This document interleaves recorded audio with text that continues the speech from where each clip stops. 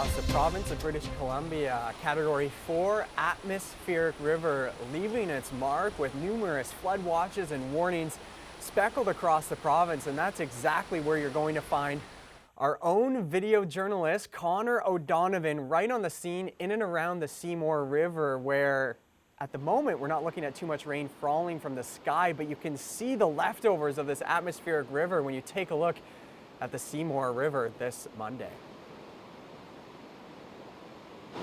Yeah, that's right. You know, since we've gotten the area yesterday on Sunday, a lot of variability in terms of the level of rainfall, some breaks in the rainfall and the conditions. And even when I came out here to, get ready to chat with you 10, 15 minutes ago, it was raining pretty hard. That's why I have the umbrella handy. But at the moment, the sun coming out, the brightest we've seen it since we got here yesterday. At the same time, I'll show you here, you can see this is the Seymour River in the North Vancouver area.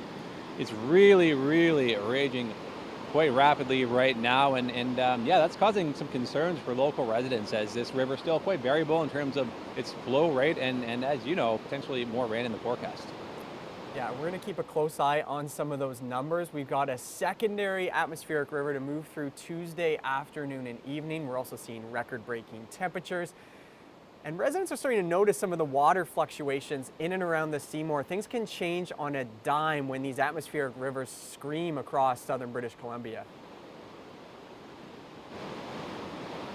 Yeah, that's right. We were talking to some residents in the area today who have been living in this area for decades now. They note that, and it's important to note that there is a dam upstream on this river here, but a lot of ground between here and there, and a lot of mountainous terrain to funnel all of that water into this river channel. So yeah, speaking with a resident just where you're looking right now, she was talking about the respect you need to give this river and how quickly conditions can change.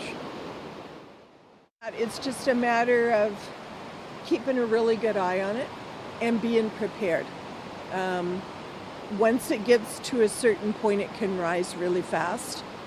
And if you haven't bagged and done your work, you're screwed. So there you heard it. They don't really mince words when they've been around here for a little while. And as mentioned, conditions can rapidly change. This resident telling me, again, she's lived here since the 80s, and she's seen this river rise even higher than it is today. She says she's seen it actually come up so far as to touch some of the streets we're standing on here. So yeah, conditions can change quickly here. And I know that you have more to tell us about that, Tyler. Thank you for the on-the-ground reporting, Connor. Stay safe. With this one Pineapple Express leaving, we have another concern, another strong low-pressure system forecast to move ashore. So that was the satellite imagery.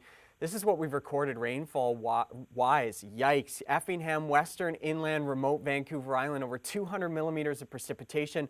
Squamish. Note the numbers up the sea to sky corridor, where we've had numerous reports of rocks and mud on a lot of these roadways. Highway 3, of course, still has a lot of work to do before it reopens to vehicular traffic. So these are the rainfall amounts we've seen just through Monday. We've got this secondary pulse of moisture and these strong winds right through Monday evening, gusting 60 to 80 plus kilometers an hour.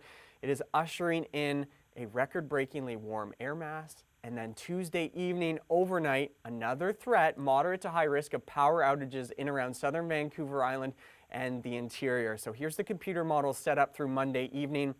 Note the freezing level. We need the snow in the mid-mountain regions, and that's exactly what we're going to get in the long-range forecast. That freezing level comfortably falling to that 1,000, 1,200 meter. There's that next pulse of moisture Tuesday night with the strong winds.